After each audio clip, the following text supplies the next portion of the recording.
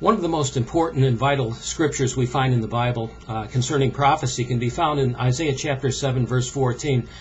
In the Bible's Old Testament, Isaiah was a major Hebrew prophet who lived about the 8th century BC, and he prophesied of the virgin birth of the Jewish Messiah over 700 years before the birth of Jesus Christ.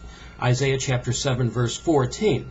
Now, the context of that scripture was given as a prophecy to the king of Judah, Ahaz, who had gone to the king of Assyria at the time to form a military alliance with him to protect the southern kingdom Judah against the king of Israel, who had gone to form a military alliance with the king of Aram at the time. And the Lord spoke through the prophet Isaiah to reassure Ahaz that he was going to give him a sign, that within 65 years the two kingdoms of Israel and Aram were going to be taken down, and ultimately, in the distant future at that time, the Jewish Messiah would be born of a virgin birth.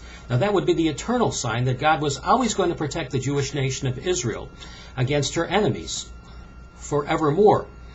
Well, we talk about this now because the Iranians are threatening to destroy Israel with nuclear weapons. Well, remember that sign, Isaiah chapter 7, verse 14. The virgin birth of Jesus Christ is God's eternal sign that that is not going to happen.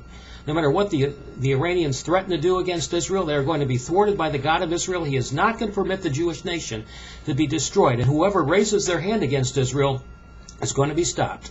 The eternal sign, the virgin birth of Jesus Christ, Isaiah chapter 7, verse 14, over 700 years before the birth of Christ, is the eternal sign that God is always going to protect Israel against her enemies, and that Israel is going to remain as a nation forever, and that's where the Jewish Messiah, Jesus Christ, is going to return to this world to assume the throne of his millennial kingdom in Jerusalem, and that day is coming very, very soon.